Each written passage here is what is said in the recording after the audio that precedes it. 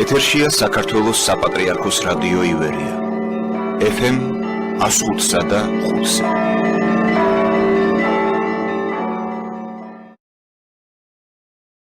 დღემშვიდობისა ძვირფასო რადიო მსმენელებო. ეთერშია საავტორო გადაცემა ორატორული ხელოვნება ნებისმიერ პროფესიაში. მე კი მისი წამყვანი დავით ჩომახაშვილი გახლავართ. დღეს საოცრად საინტერესო ქალბატონი გვეწვია ნიჭიერებით, თავისი შემოქმედებითი დამოკიდებულებით, თავისი განწყობით არაჩვეულებრივი ადამიანი, მსახიობი ქალბატონი ირინა გუტაძე. გამარჯობა. როგორ ბრძანდებით ქალბატონი ირინა? კარგად, ჩემო ძვირფასო, ძალიან კარგად. როგორც მოგახსენეთ, ჩვენ დღევანდელი სასაუბრო თემა ორატორული ხელოვნება. სხვათა შორის ისიც მინდა აღვნიშნო, რომ თეატრალური ხელოვნება ახლოს არის ორატორულ ხელოვნებასთან, მე მგონი დამეთანხმებით. კი, რა თქმა უნდა, ეს არის რაღაც ცალკე განხრასავითარი თითქოს. ყოველ შემთხვევაში უნდა ცალკე, თუმცა არის ელემენტები, რომლებიც გამოიყენება ჭარბად. უნდა ფლობდე იმ მეტყველების ანაბანეს, როგორც იტყვიან. თუნდაც კულტურას, ხო? ხო, რა თქმა უნდა. მეტყველება ეს მარტო საუბარი და ლაპარაკი ხო არ არის. ამას აქვს თავისი კანონები, თავისი წესები, თავისი მიდგომა. და სხვათა შორის ერთი რაღაცა მინდა გითხრა დათო. ახლა მომეცა საშუალება. რომ აი ეს საჯაროდ ჩემი დამოკიდებულება მეტყველებასთან დაკავშირებით გამოვთქვა. ხო შეიძლება? კი ბატონო, რა თქმა უნდა. მე მინდა მივმართო ახალგაზრდებს. რასაც უყურებ, მეტყველება არ იქცევა ამას ყურადღება, იცით? არ ვიცი, სკოლაში, ოჯახში, ყოველ შემთხვევაში, ეხლა რასაც უყურებ, ისეთი ტენდენციაა სწრაფი ლაპარაკი. ბავშვები ლაპარაკობენ ისე სწრაფად. ჯერ ეს ერთი არაფერი არ მესმის. რას ლაპარაკობენ არ მესმის, ყლაპავენ ასოებს, არასწორი מחვილებს აკეთებენ. მეტყველებას უნდა მიექცეს აუცილებლად ყურადღება სკოლებში. მე ასე მგონია. შეიძლება რაღაც სპეციალური გაკვეთილები იყოს. აქედან იწყება, იმიტომ რომ ყველა ხო სამსახიობოს არ ამთარებს. ყველა სპეციალობა ხო არ არის, არა, ეს მსახიობობა, ორატორობა, ჩვეულებრივ ცხოვრებაში. თუმცა არც თეატრალურ ახლანდელ უნივერსიტეტშიც იმ დონეზე აღარ, როგორც თქვენ დროს იყო, ხო? ჩვენ დროს ძალიან კათედრა იყო და ჩვენ დროს სხვადასხვა მიმართულებით მიმდინარეობდა მუშაობა. კი, რასაკვირველია და სხვა შორის ეს იგრძნობა კიდეც სცენას. აბსოლუტურად გეთანხმებით. სამწუხაროდ. ეს არის უბრალოდ სავალალო მდგომარეობა რა მხრივ. ესე იგი, აი თუნდაც ტელევიზია ავიღოთ. კი ბატონო, აი ავიღოთ ტელევიზია. წამყვანი ლაპარაკობს. შეიძლება ჩვეულებრივმა მაყურებელმა, არაპროფესიონალმა არც მიაქციოს ამას ყურადღება, მაგრამ თელეუბედურება რაშია, იცით? ეს უჯდება ყურში იმ მაყურებელს და მე ისიც იწყებს ასე ლაპარაკს. უკვე ეს რო აქვს გამჯდარი, ეს არასწორი מחვილები, საშინელი מחვილები. ბოლო მარცვალზე מחვილის დარტყმა და არაფერი ქართულ ენას აქვს თავისი წესი. ყოველთვის მახვილი არის პირველ მარცვალზე, პირველ ხმოვანზე. და მერე უკვე მანიპულაცია, იქ რაზე გაამახვილებ. ყოველ შემთხვევაში ეს არის კანონი. ეს არის კანონი, რომ ქართულ ენაში პირველ მარცვალზე ხდება მახვილი. კი ბატონო. ეს ჩვეულებრივია. და ბოლო მარცვალზე აკეთებენ, რაღაც წაუმღერებენ ხოლმე. კი. არა და ბოლო მარცვალს ისედაც აქვს, თავისი აქვს იმას მახვილი, მაგრამ არ შეიძლება დამატება. სწორედ ლაპარაკობ, როდესაც სწორი მიმართულება გაქვს, აი ზუსტად იცი რას ლაპარაკობ, ვის ელაპარაკები, რისი თქმა გინდა, იქ თავისთავად მოდის სწორი მიმართულება აი ამ მეტყველების, ხო? მაგრამ ამასაც ძალიან დიდი ყურადღება, სხვა შორის ტელევიზიებში ადრე იყვნენ ეს მეტყველების პედაგოგები, რამდენადაც. ხო, ახლაც არიან. თუმცა მე მიყვარს სიმართლე. ხო, არ ვიცი ეს რისი ბრალია, რა ხდება. მინდა მივმართო ჩვენს წამყვანებს, იმიტომ რომ ხალხი გიყურებთ, ძალიან ბევრი მაყურებელი ყავთ და ძალაუნებურად თქვენ რო აკეთებთ არასწორი მახვილს, მე ეს ბავშვებზეც გადადის, ჩვეულებრივ მაყურებელს ეს და მოკლედ აი ეს პრობლემაა. კი ბატონო, ერთი რამ კიდევ ახლა ჩემი სტუდენტები მაგალითად როცა იწყება ლექცია, მე ყოველთვის ასე ვიწყებ. მითხარი შენი სახელი და გვარი, იმიტომ რომ აქედან იწყება საჯაროდ გამოსვლა ხო შენ გაცნობა აუდიტორიის. ამიტომ თუ შენ სახელს დაგვარს სწორად არიტყვი, მე რთულია მოგისმინოსა და კი მოგისმენს, მაგრამ მაინც რთულია. ვცდილობ რომ იქ დავიწყო სახელი და გვარიდან და შემდეგ უკვე გრძელდება რა თქმა უნდა სათქმელი ისე როგორც საჭიროა. აი სახელთა გვართან დაკავშირებით არის უამრავი მუსიკალური შოუ და გამოდიან მომღერლები, მღერიან, არაჩვეულებრივი ტექსტი. ეხლა ჩემმა თაობამ იცის დაუშვათ აი ჩვენ დროს ეს კომპოზიტორები, პოეტები, ვინ იყვნენ, ვისი სიმღერას რო ახალგაზრდა თაობამ ეს არ იცის. და აუცილებელია. ქართველს გულისხმობ, ქართულ კომპოზიტორებზე ვლაპარაკობ, ხო? აუცილებელია რომ ამ დროს, როდესაც სრულდება რაღაც სიმღერა, ან დასაწყისში, ან ბოლოში, აუცილებლად უნდა გამოცხადდეს, ან უნდა წარწერა იყოს, ვინ არის ავტორი, ვინ დაწერა ეს მუსიკა, რომ ახალგაზრდა თაობამ იცოდეს, ვის სიმღერებს მღერიან, ვინ არიან ავტორები. ეს თან ანვითარებს, იცით, რაღაც ერუდიციას გმატებს, ინტელექტს გმატებს. უკვე იცი ვინ არიან შენი კლასიკოსები.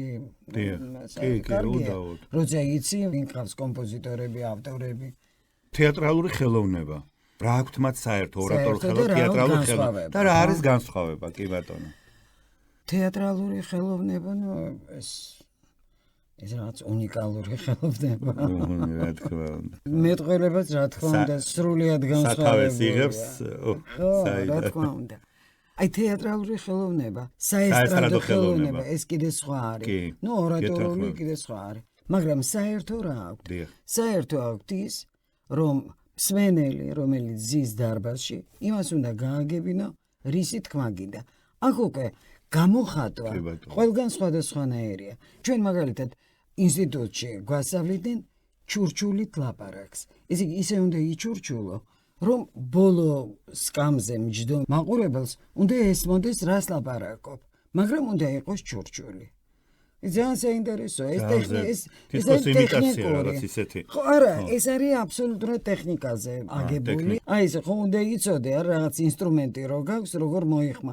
აი ესე ხდება ჩვენი ყელის, ჩვენი სახმოსიმები, ჩვენი ინსტრუმენტია.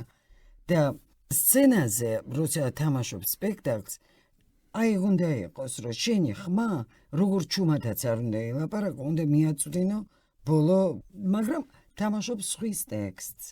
სხვა ადამიანს თამაშობ, როლს თამაშობ და იქ უკვე ეს ნიუანსები, იგივე შეიძლება მეტყველება შეიცვალო, შეიძლება ხმა შეიცვალო, როდესაც სცენაზე როლს თამაშობ. სიარულის მანერა, მოძრაობა, მიხურა-მოხურა და ეს ხდება.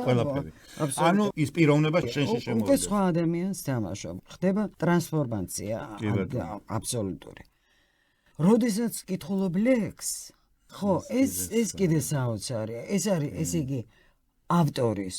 ეს იქნება კლასიკოსი, თანამედროვე და შენ დამოკიდე, მე ასე მგონია, შეიძლება არა, მე არ ვიცი, ყველას თავისი დამოკიდებულება აქვს, მაგრამ მე ასე მგონია, რომ იმიტომაა, რომ ავტორები ძალიან საინტერესოდ კითხულობენ თავის ლექსებს.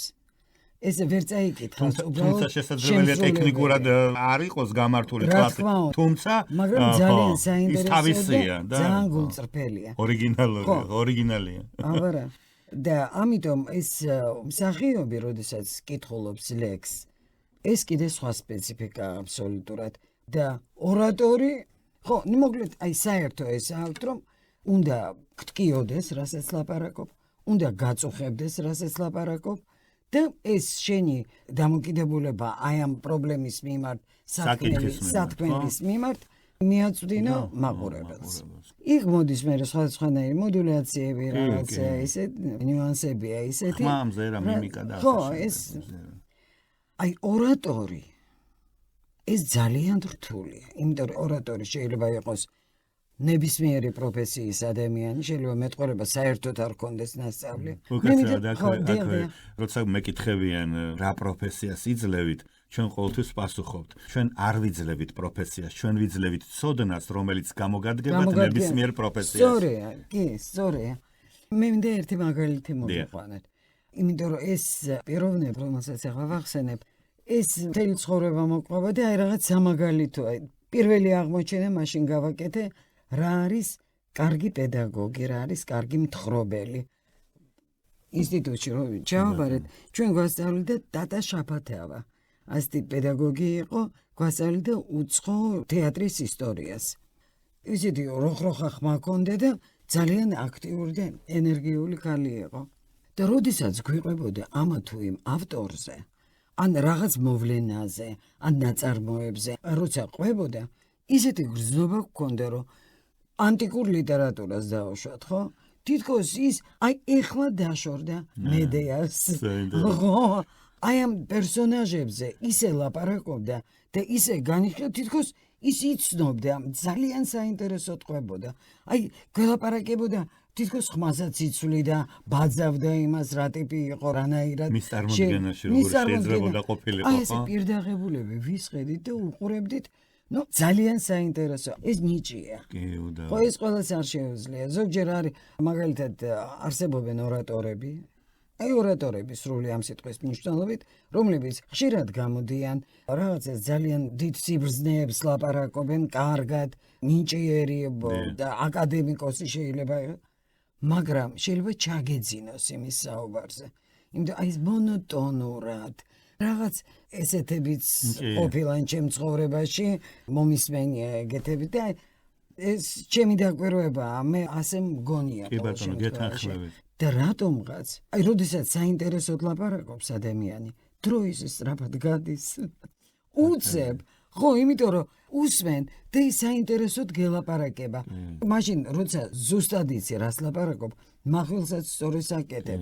თავარ სიტყვასაც კარგად იყენებ ამ წინადადებაში. პაუზას თავის დროზეა. პაუზას თავის დროზეა და თვალებიც გიბწყინავს და საინტერესოდ ლაპარაკობ.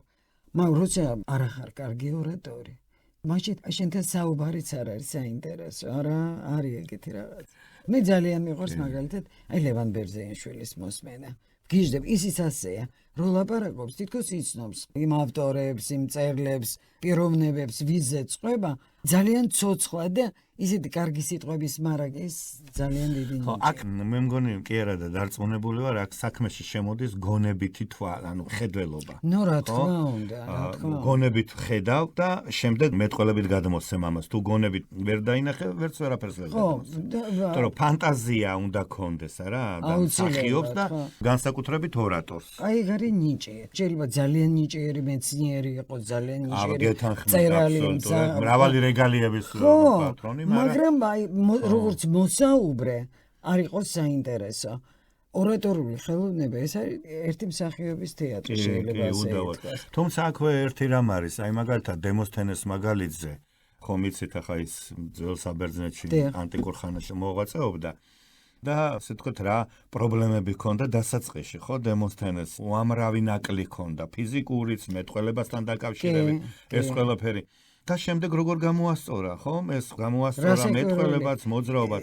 ჩვენთანაც არის. ხო, აქედან გამომდინარე, მამო, შესაძლებელია კონდეს ნიჭი, თუმცა შრომის გარეშე შეიძლება ის ჩაქრეს ის ნიჭი, რომ ვერც კი ვერცად ვერასდროს ვერ გამოიყენო, არა? კი, რასაკვირველია, რასაკვირველია. ეს ხელოვნებაა, მეტყველება და სასცენო მეტყველება, თეატრალური თუ ორატორი, ეს ყველაფერი არის ხელოვნება.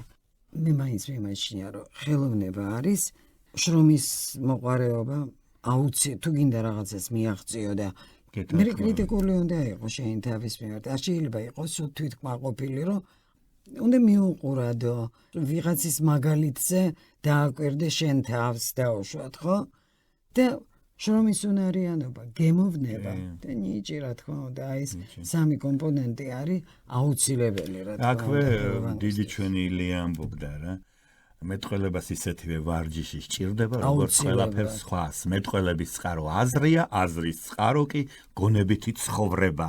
სადამდე აიყვანა ილიამ მეტყველების სავარჯიშო გონივრულ ცხოვრებამდე. მე რა არის, ცინდათო, აი როგორც მეტყველებს ადამიანი ძალიან კარგად გვაჩვენებს აზროვნება, ხო, როგორ აზროვნებს. როგორც მეტყველებს ზოგ შემთხვევაში შეაზროვნებს ადამიანს. კი, აბსოლუტურად. იმიტომ რომ უკაცრავად და რომ მოდიან და ამბობენ, იცით, ჩემი შვილი მაგალითად, ან თუ შვილი მოხავთ, ან თვითონ მოდიან, ამბობენ, ჩემი შვილი, ან მე, იცით რა, ვერ მეტყველებ. მაგრამ როცა მასთან მუშაობას დაიწყებ, აღმოჩნდება, რომ თორმე აზროვნებასთან თანხვედრაში არ არის მეტყველება. ან აზრი გარბის აი, წინ. ახლა ეს არის ან ხო უკან რჩება სიტყვა, ან ეს პირიქით. არის ძალიან დიდი პრობლემა და დღეს განსაკუთრებით. დიახ. და აი შვილიშვილები მყავს, რომლებიც ნესკი ვეხვეწები ილაპარაკეთ ნელა, პატივი ეცით თქვენს ენას, ეს არაჩვეულებრივი ენა, ეს ქართული. საოცრება. იგივე წერის დროსაც. კალიგრაფია, საშინლად წერენ ეს პატარა ბავშვები. აი ეს ახალგაზრდები ახლა ყველაზე არ ვლაპარაკობ, რა თქმა უნდა. გულისხმობ ვინც ცუდად წერს. ჩქარა პატარა ასოები, გადაბმული, ვერ წაიკითხავ მათ და სულ ვეუბნები რომ პატივი ეცით თქვენ ანბანს. გინდა ბგერას, ასოს, რომელსაც წერ. ეს ხო ჩვენია. ამას უნდა გაუფრთხილდეთ. შენ გაამახინჯებ, ასოს ამოაგდებ სიტყვიდან. მე ეს გადადის უკვე ჩვევაში და ენა ფუჭდება. ძალიან მენანება, იმიტომ რომ არაჩვეულებრივი და ანბანი როგორი ულამაზესი. მე მით უმეტეს ქართული მეტყველება ხომ დახურული მეტყველება, ეს არ არის არა გაწელილი მეტყველება. ახლა მოდაშია ხო, რაც უფრო მაგის კუთხეებს გაწევ და ისე იმეტყველებ, ეს მოდაა თვითქოს და ამ დროს დახურულია მეტყველება და მეტყველებაა ქართული. აი, მართლა თქვენ მართალია ხართ. ასევია წერითაც. აი რომ ვამრგვალებთ ასოებს, ხომ უნდა მოვამრგვალოთ. ასია ბგერაც, ანუ ბაგეების საშუალებით უნდა მოამრგვალო და ეს არის ქართული ბგერა და ქართული მეტყველება. უმშვენიერესი ენაც და ასოც და მე როგორი ჟღერია, როგორ ჟღერს. რამდენი სინონიმებია, როგორი მდიდარი ენაა. ხმატკბილია. ნუ ჩვენთვის ყოველ შემთხვევაში, არა? განსაკუთრებით მიყვარს ბგერა ა. საოცრება. აი სრულად მჟღერი. შინაგანად უნდა ამოიყო ყველაფერი და გადასცე აუდიტორიას შენი ნათქვამი. კიდე თუ გეთანხმებით. ახლა მე მაინტერესებს ქალბატონო ირინა, რა სიტყვით ქარიზმასთან დაკავშირებით. ეს იქნება ორატორულ ხელოვნებაში თუ ნებისმიერი სხვა მიმართულებით, განსაკუთრებით ორატორულ ხელოვნებაში. რა არის თქვენთვის ქარიზმა ზოგადად? ქარიზმა, მე ასე მესმის ნიშნულობა ამ სიტყვის, რომ ეს არის მომხიბლელობა შედის, უნდა იყოს გადამდები, ემოცია. აბსოლუტურად, ემოცია, საოცრება. კიდევ რა შეიძლება იყოს? ემოცია ვთქვათ. გამოვიდა ორატორი. ან ნებისმიერი ადამიანი, საჯაროდ გამოვიდა. და ის მიმართავს აუდიტორიას. და ამის შემდეგ, როცა ის დაასრულებს თავის გამოსვლას, ფიქრობ, როგორი ქარიზმატული იყო. ზოგადად ფიქრობ ამას, მაგრამ შინაგანად ქვეცნობიერ მოეწონა რაღაც კონკრეტული, ხო? აი რაღაც კონკრეტული. ემოცია თუ მიხრა-მოხრა თუ მზერა და ღიმილი. ნუ მოკლედ ჩვენ შევთანხმდით, რომ ქარიზმა არის თვისებები. ხო, ქარიზმა ალბათ დაბადებიდან ან გაქვს, ან არა გაქვს. აი ამის გამომუშავება არ ვიცი, მე შეიძლება ქარიზმის? არ მე მგონი, როგორი ყველას აქვს თავისი ინდივიდუალური. აი მე მაგალითად კონკრეტულ პიროვნებაში მე არა ზოგადად ადამიანს შეიძლება ერთი თავშეთ მდგომარეობა მოეწონოს და ჩაუთვალოს ის ქარიზმა და მეორე ადამიანს მოეწონოს სხვა მდგომარეობა, ან ღიმილი, ან მზერა და მოეწონოს ის. ქარიზმა არის გადამდები. ალბათ ხო, როდესაც შენ სხვაზე ახდენ რაღაც გავლენას. ხო, შეიძლება მიიქციო ისეთი ყურადღება და აინტერესო. ალბათ მიიპყროს სრულიად რა. და ნუ ხერხებია, თუმცა მართალი ბრძანდებით ამის სწავლა ცოტა გამომუშავება როგორ უნდა ამის. ხო, ცოტა რთულია. შეიძლება ჟესტიკულაცია გამოიმუშაო, დაუშვათ ხელები საწაიღო, კლასიკური ფორმა, მდგომარეობა ხელის, გასაგებია ყველაფერი დიპლომატიაში რაც არის მიღებული. თუმცა კიდევ ერთხელ ვამბობ, შეიძლებაოდეს კიდეც ამის გამომუშავება. მე მაინც ერთი ყველაზე მნიშვნელოვანი რამ მიმაჩნიეთ ქარიზმად. ყველაზე მნიშვნელოვანი რამ ეს არის ღიმილი. რომელიც ახლა თქვენ გიხდებათ და ეს არის თქვენი ქარიზმა. უდაოდ, როგორც ახლა ისე ეკრანზე, თქვენ შესრულებულ როლებში. კი, მომხიბლელობა, პრინციპში. რაც მოწონს ადამიანს. ხო, იპყრობ ყურადღებას მისას, ეს არის ის კონკრეტული. ესე იგი, მასდამე ჩვენ ვფიქრობთ და მივედით იმ დასკვნამდე, რომ ორატორება იბადებიან თუ ყალიბდებიან, კიდეც იბადებიან და შემდეგ ყალიბდებიან თუ ამის არის უამრავი სახელმძღვანელოც არის სხვათა შორის, რომ ორატორმა ეს გაითვალისწინოს. შეიძლება ამის თუმცა მე მაინც მგონია, რომ მას პედაგოგი მაინც სჭირდება, იმიტომ რომ როგორც არ უნდა წიგნიდან, აი მე მაქვს ამის გამოცდილება პრაქტიკაში, როგორც არ უნდა ის წიგნის საშუალებით, იქ ნახატებიც არის დაუშვათ ჟესტიკულაციის, მდგომარეობა ხელის. თუმცა პედაგოგი, რომელიც ამას შენ გარედან დაგინახავს და გირჩევს, რომელი, აი მაგალითად ჟესტიკულაციასთან დაკავშირებით, ხო, ყველას ერთნაირი მდგომარეობა ხელის არ არის მის მიზანშეწონილი, ან ის ვერ გრძნობს თავს კომფორტულად ამ მდგომარეობაში, ან უფრო სხვა, უფრო ვიზუალურად მას მოწონს. ჩვენ ისიც ხომ ვიცით, როგორც თეატრალურ ხელოვნებაში, ისე ორატორულ ხელოვნებაში, რომ ჟესტიკულაციას გააჩნია თავისი სამოქმედო არეალი. ხო? იმის იქით გასვლა უკვე დარღვევაა, უგემოვნობა და არ გამოიყურები აუდიტორიის წინაშე კარგად. ასე ვთქვა. იმიტომ რომ შუბლიდან დავუშვათ შუამუცლამდე, აი ეს არის სამოქმედოა, როგორც კი გახვალ გარეთ ან ზემოთ ან ქვემოთ, იქ უკვე ირღვევა ყველანაირი ესეთი დამოკიდებულება და ის იცვლება დამოკიდებულებად შენი. აი პირველი აზრი, შთაბეჭდილება საიდან იწყება თქვენის აზრით ორატორის მიმართ? პირველი შთაბეჭდილება, ჩამოყალიბება აზრის. მოვუსმინო თუ არ მოვუსმინო ასე? არა, აი მაგაში ეს არის ორატორის ფუნქცია. და ამისთვის არსებობს ორატორი, რომ ისე გადმოგცეს თავისი სათქმელი. ნუ ორატორი რა, აი პოლიტიკოსები არიან, ხო, ორატორები. ერთი მაგალითი მინდა კიდე მოგიყვანოთ. ერთხელ მახსოვს ტელევიზიით ადრე გადმოსცემდნენ სხვადასხვა იუბილეებს. მეცნიერების მსახიობები და თელი ტელევიზია ჩართული იყო. ერთი არხი იყო და არ მახსოვს ვისი იუბილეი იყო. პატარა ვიყავი და ეს ფაქტი მახსოვს. გამოდიან მეცნიერები, ლაპარაკობენ რაღაც იზმები, რაღაც ძალიან რთულ სიტყვებს ხმარობენ. და აი უყურებთ ახლა ახალგაზრდას ეს არ აინტერესებს, ხო? უნდა რომ უსმენ, კიდე გაიგო რას ლაპარაკობს და ეხლა ისინი ძალიან მეცნიერულად და ძალიან ჭკვიანურად ლაპარაკობდნენ. გამოვიდა აკაკი შანიძე. და აი რომ დამაბა მე პირადად. და აი იმ პიროვნებაზე ლაპარაკობდა ისეთი მარტივი სიტყვები. ისე მარტივად, ისე გასაგებად, ისე არტისტულად, ისე უბრალოდ. აი თითქოს მე მელაპარაკებოდა, აი ამ ხელა აუდიტორიის წინაშე დგას ეს უზარმაზარი მეცნიერი და ისეთი გრძნობა მქონდა, რომ პირადად მე მელაპარაკებოდა. ეს არის ის, რაც უნდა იყოს. ხო, აი ეს არის. ხო, ეს სხვათა შორის მნიშვნელოვან ფაქტორს გაუსვით ახლა ხაზი. ილაპარაკე გასაგებად. აუცილებლად უნდა მიხვიდე. ყველასთვის გასაგებად. ყველასთვის უნდა ილაპარაკო. იმიტომ რომ შენ ერთი ადამიანისთვის შეიძლება ვიღაცა ძალიან ჭკვიანი გიზის, შეიძლება ვიღაცა ნაკლებად ერუდირებული, მაგრამ ახმა ყველას ხომ ერთნაირი არ აქვს, უნდა გააგებინა. უნდა გააგებინა, რომ გისმენენ აუდიტორია უნდა დატოვონ ისე, რომ გაიგონ რისი თქმა გინდოდა, რა თქვი. აი ეს ასე თქვა გამონათქვამი, ილაპარაკე რომ დაგინახო. რა სიტყვით ამასთან დაკავშირებით. ეს ეთყობა, ის იგულისხმება, რომ როგორც ლაპარაკობ, რა დამოკიდებულებითაც ლაპარაკობ, რაზე აკეთებ აქცენტს, იქიდან ჩანს შენი პიროვნება.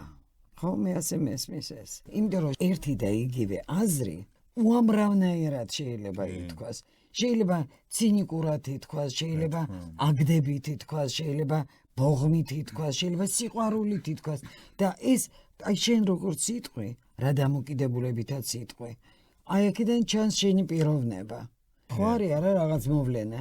და ერთი ისე ყვება, რომ შეიძლება გული გაგისკდეს რა, იფიქრო, რომ აურა საშინელება ვიღაცაზე დაუშვა და მეორე მოგიყვება უფრო ლმობიერად, უფრო გულისხმიერად, უფრო ისე რომ გაგიჩნდება თანაგრძნობა იმის მიმართ, ვიზეც ყვება დაუშვათ, ხო?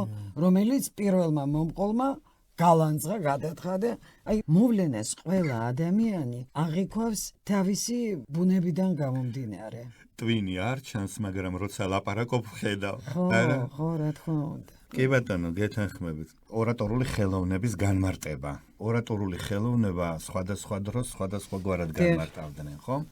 დაწყებული ძველი საბერძნეთიდან დღემდე. ჩვენმა ორატორული ხელოვნების აკადემიურმა საბჭომ ასე გადავწყვიტე და ასეთი განმარტება მივეცით მას. ორატორული ხელოვნება ეს არის გონება, გული და სიტყვა. რა სიტყვით? გული, ანუ ემოცია. ემოცია, აბსოლუტურად. გონება, ინტელექტი. აუცილებლად. ნუ სწორია. და შედეგი? მშვენივრად დაგერა. და შედეგი? მათ შედეგსაც მიიღებ, როდესაც რაღაცას გონებით უდგები, ხო? ორატორი ეგ არის, რომელსაც აქვს რაღაცა სათქმელი და ის უზიარებს მაყურებელს, მსმენელს, ხო, ესე ეს გონება, ანუ ნაკითხობა და ასე განათლება და ეს ეს უკვე ყველაფერი თავისთავად სიტყვების მარაგი, როგორ ლაპარაკობს, რა დამოკიდებულებით ლაპარაკობს.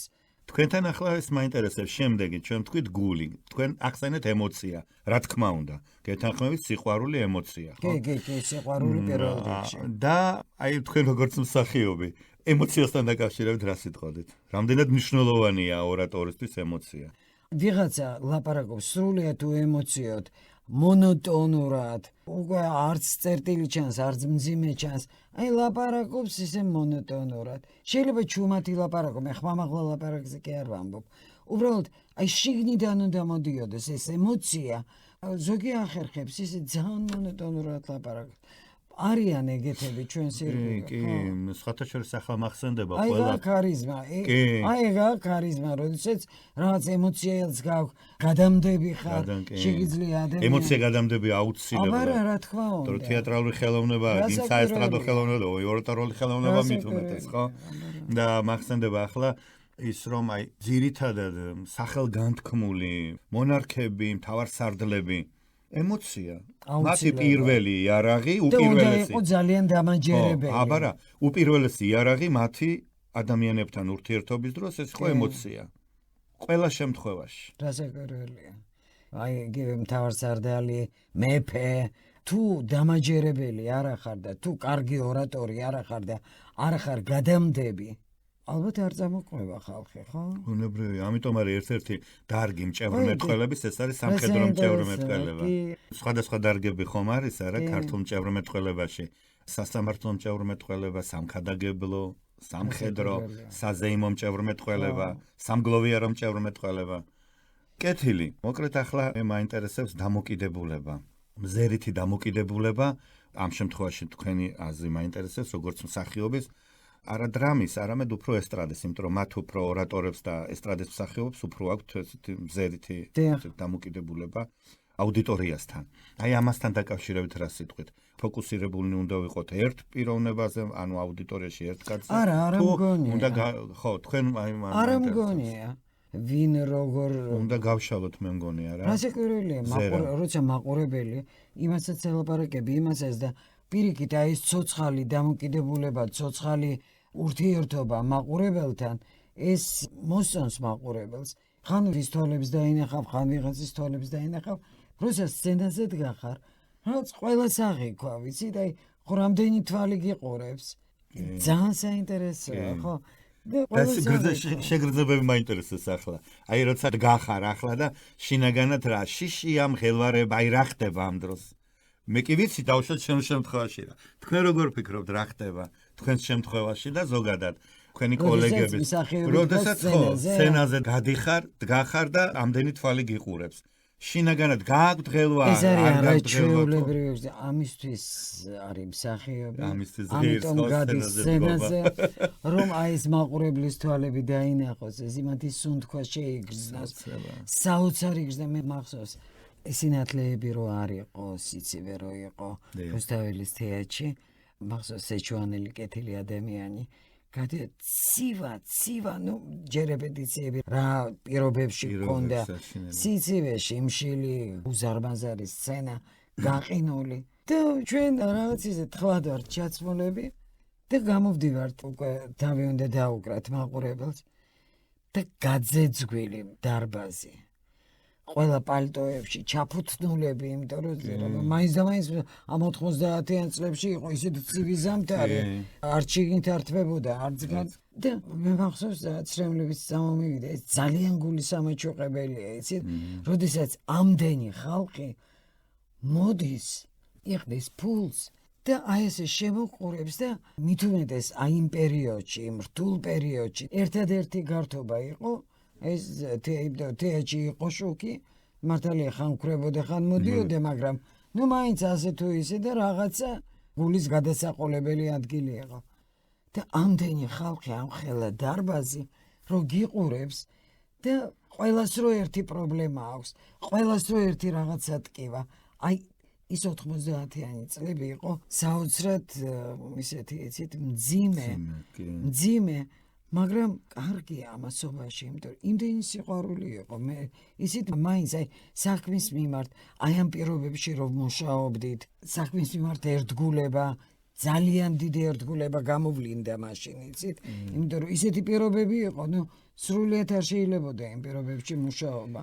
ამ სიცივეში პრემიერებს უშვებდით, ვიცინოდით, არაჩვეულებრივ დროს ვატარებდით თეატრში. სცენაზე ვდგავართ. ემოცია, შინაგანი, რა გრძნობა. ღელვა არის თუ არა, აი უფრო კონკრეტული ისეთ რა მაინტერესებს. ღელვა არის დასაწყისში. სანამ გამოხვალ აი სცენაზე. ეს მაინტერესებდა. ხო, სანამ გამოხვალ სცენა მთელი დღე შეიძლება გული გქონდეს ძალიან აჩქარებული და ძალიან დიდი მღელვარება. მთელი დღე როგორც კი გადიხარ სცენაზე. როგორც კი გადიხარ, აი რო გადააბიჯებ უკვე სცენის ღურბს, აბსოლუტურად იხსნება მღელვარება. მართლა. იმიტომ რომ რამდენჯერ ყოფილა რომ იმ დროზე დაიწყო სპექტაკლი, რომ ეს მღელვარება მომეხსნას, იმიტომ რომ აი ტკივილამდე ნერვიულობ. გადიხარ თუ არა სცენაზე მომენტალურად გეხსნება და მით უმეტეს თუ კარგად გრძნობ სპექტაკლში თავს, ეს არის არაჩვეულებრივი. იქ იმპროვიზაცია, უკვე შენ პერსონაჟს როცა იცნობ კარგად. და შენია, ხო? და შენია, მოგწონს, გულშემატკივრობ შენ პერსონაჟს. აი მე მაგალითად მქონია ესეთი მომენტები, რომ სრულიად გაუცნობიერე, აი თავისთავად ხდება ეს იმპროვიზაცია, თავისთავად ხდება რაღაც ისეთი მომენტები ჩდება, იცით, საინტერესო, ცხოვრებისეული, აი არაჩვეულებრივი შეგრძნება. ხათაშორის ახლა გამახსენდა ღელვასთან დაკავშირებით. ასეთი რამ მითხრა ბატონმა ეროსიმ, როცა ვკითხე ბატონო ეროსი, ან ღელვასთან დაკავშირებით ღელავთ. დათუნიო, როგორც კიო მე კულისაში მივხვდები რომ აღარ ვღელავო, მე თეატრიდან მივდივარ. ხო, ეს ჩვეულებრივი მომენტია, რა თქმა უნდა. და ისედაც ორატორულ ხელოვნებაში ღელვა ბუნებრივიც არის, იმიტომ რომ ღელვა ხო პასუხისმგებლობასთან არის დაკავშირებული. თეატრშიც და ყველგან. და თავისთავად თუ არ ღელავ, თუ არ გადარდებს, განიცდი. თუ არ განიცდი და გულზე არ გვხვდება და აი ეს მღელვარება თუ არ არის რაღაც საქმის წინ და თუ პასუხისმგებლობაა, მით უფრო დამაჯერებელი ხარ. განსაკუთრებით მაშინაც კი, როცა იცი რას აკეთებ და რას ამბობ და როგორ ამბობ, ამას ხომ მნიშვნელობა აქვს. რას და როგორ. ძირითადი იარაღი თუ შეიძლება ასე ითქვას, აი აქ არის, როგორ ამბობ. რა ხერხებით, რა ფორმით, რა? იცი რა, მთავარია იცოდე რას ამბობ და. აი თავისთავად. მთავარია იცოდე ზუსტად და იყო დარწმუნებული იმაში რომ ხარ მართალი, აი რასაც ლაპარაკობ, ეს იქნება ორატორული, ეს იქნება საესტრადო, ეს იქნება სცენაზე სპექტაკლის დრო. ერთი რამ, როგორი დამოკიდებულება უნდა გქონდეს საზოგადოებასთან, როცა საჯაროდ გადიხარ სცენაზე. რა ფორმა უნდა იყოს ის, რაც შენ წარმოგაჩენს. ანუ შენს ქარიზმებს გამოაშკარავებს უფრო ძლიერად. ის გასაგებია რომ აზრი რასაც ამბობ ეს უნდა თქვა და როგორ ესეც მნიშვნელოვანია რასაკურველია, თუმცა კიდევ ხომ არაფერს დაამატებდი. ისეთ რა, მე არ მიყვარს ფამილიარობა, ზოგჯერ არის ხოლმე რაღაც ღონისძიება, მან შეხვედრა ვიღაცასთან, აი ფამილიარობა, ძალიან გაშინაურება, როდესაც დგახარ სცენაზე, ჯერ ეს ერთი სცენა იმიტომ არის უფრო მაღლა, რომ შენ ამ დროს ხარ ყურადღების ცენტრში და შენ ხარ მაყურებელზე ცოტა მაღლა, იმიტომ რომ შენ ხარ ყურადღების ცენტრში. მე მიმაჩნია, რომ მსახიობი, საჯარო პირი აუცილებლად უნდა იყოს განსაკუთრებული, აი ეს პატივისცემა, შენი მაყურებლის, პუბლიკის, აი იმ საზოგადოების, და ალბათ სიყვარულიც, არა, ეს თავისთავად ეს იმდენად აუცილებელია სიყვარული. თან როგორ ჭვივის. თუმცა ეს ჩანს ხოლმე, როცა არ არის ეს ძალიან ჩანს. რასაკვირველია. და უბრალოდ მოვალეობის მიზნით გამოდიხარ, რომ უნდა გამოვიდე და აუცილებლად, როდესაც არ არის სიყვარული, პატივისცემა იმ ხალხის მიმართ, რომელ საზოგადოებასთანაც გამოდი, გვაქვს ჩვენ საამისო მაგალითები, აი დღევანდელ ყოფაში, ხო? როდესაც გრძნობ, რომ გამოდის ადამიანი და აბსოლუტურად უყვარხარ კი არა, ძალიან არ უყვარხარ. ან იცი რა, ისე ძალიან ამპარტავნულად, როცა ლაპარაკობ, როდესაც და მე ეს რა თვალშისაცემია რა ძალიან ეს იგრძნობა და იმიტომ რომ სცენა არის აი როგორც გამადიდებელი შუშა თვალები ხო პატარებია ისე ჩანს თვალი ეს პროჟექტორები რომ ანათებენ ისე ჭყვინავს ეს თვალები და აი მთელი შენი თვალები სულის სარკეაო ხო აი ზუსტად ეგა იმიტომ რომ აი ეს თვალები განსაკუთრებით ჩანან სცენიდან და მაყურებელს ვერ მოატყუებ და ამიტომაა რომ სცენაზე რო დგახარ გონება და გქონდეს აუცილებლად ზოგი თulis რა მოხდა ახლა ამ ფელსეინდან რა ჩანს ჭკვიანი მსახიობის ჩანს ნაკლები ჭკვიანი მსახიობის ჩანს ამას მე ამას კულტურასაც ვუყურებ კულტურა ყველაფერს ხომ თავისი ფორმა და აუცილებლად მაყურებელს ვერ მოატყუებ აქ ვამბობ კულტურა უნდა გაგაჩნდეს სასცენო კულტურა აი რომ მიკითხე საზოგადოებასთან როგორ შეიძლება არ გიყვარდეს ახლა არ გიждდებოდა იმ საზოგადოებას არა აქ პიროვნულ სიყვარულზე არ ვსაუბრობ ჩვენ ადამიანურ სიყვარულზე ხო ზოგჯერ ხო შეიძლება იყო ისეთ საზოგადოებასთან რომელიც ნუ არ არის შენი საზოგადოება მაგრამ მაინც ადამიანია აი პატივისცემა და აი ეს ფამილარობა რომელიც ზოგჯერ ჭვივის ხოლმე იცი ეს თვალშისაცემია ძალიან თვალშისაცემია ეს უბრალო უგემოვნო სიტყვების ხმარება ეს უწმაწური სიუხეშე გეთანხმებით მოდით ახლა ტელესერიალი ჩემი ცოლის დაქალები გადავიდეთ ტელესერიალზე თქვენ ძალზედ საინტერესო სახე შექმენით ამ თქვენი როლით მადლობ აი რა არის თქვენთვის განსხვავება ტელესერიალსა და თეატრს შორის და თუ აქვს კიდევ საერთო რაიმე და სად უფრო კომფორტულად გრძნობ თავს არ ვიცი აი ისე კარგად ვიგრძენი თავი ამ სერიალში ისე უბრალოდ არც დავიძაბე მეგონა რომ რაღაცნაირად გამიჭირდებოდა დავიძაბებოდი არა ძალიან სასიამოვნო კომფორტული გარემოა იქ თავის რეჟისორიან მსახიობებიან არაჩვეულებრივი ჯგუფია თავისუფლება და ეს პრინციპში ძალიან საინტერესო მიგრანტის სახე შექმნა საინტერესო და ეცეთ აი რაღაც გულთან რომ ახლოს მოვა ისეთ სახე იყო ხო ამოსავალი წერტილი რა არის დედა და დედა ეს ისეთი ფენომენია საოცრად სხვისი განცდა არ არსებობს რა თქმა უნდა რა არის დედა ბოლოს შვილის სიყვარული და ამაგი და ზრუნვა და ყველაფერს რომ თავისი შვილისთვის აკეთებ და ეს მოდის მერე რომ ჩაავლებ ამ მდგომარეობას მით უმეტეს ემიგრანტი მით უმეტეს მონატრებული შვილი ეს შენი ქალაქი მონატრებული ეს და უკვე მერე ეს ხომ არ ყოფილა ჩვენ ემიგრანტებს დაუნახავთ თავისთავად თქვენს კი ყოფილა უბრალოდ ემიგრანტის შვილებს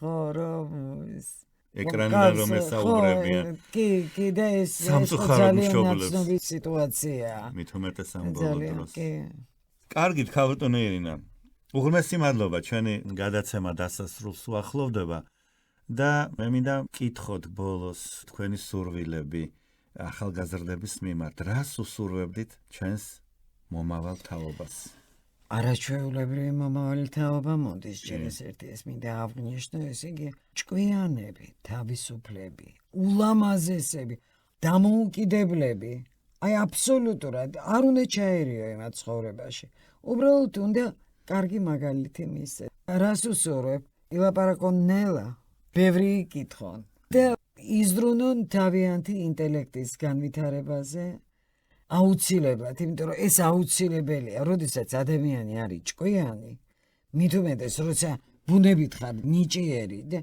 იქ კიდე რო დაამატებ ინტელექტს, ერუდიციას, რაც ეს იქნება სუპერ. წარმატება. კი, არაჩვეულებრივი ბავშვები არიან და აკეთონ ის რაც თვითონ უნდათ. თუმცა ეს არის წარმატება. როცა გიყვარს რას აკეთებ, ეს არის წარმატება. მაშინ ხარ თავისი თავი საზოგადოებაში. აკეთონ ის რაც უნდათ, რაც ეყვარებათ. და იყვნენ ბედნიერები, კარგად და ეგენი ჩვენზე ჭკვიანები არიან და ზუსტად იციან რა უნდათ და როგორ. კაი ბავშვები მოდით. კი ბატონო. დიდი მადლობა ქალბატონო ირინა სტუმრობისთვის, საინტერესო საუბრისთვის. წარმატებას გისურვებ თქვენს შემოქმედებით ცხოვრებაში. და მე ვისურვებდი რომ კიდევ ვწოდით გადაცემაში კარგი იქნებოდა საინტერესო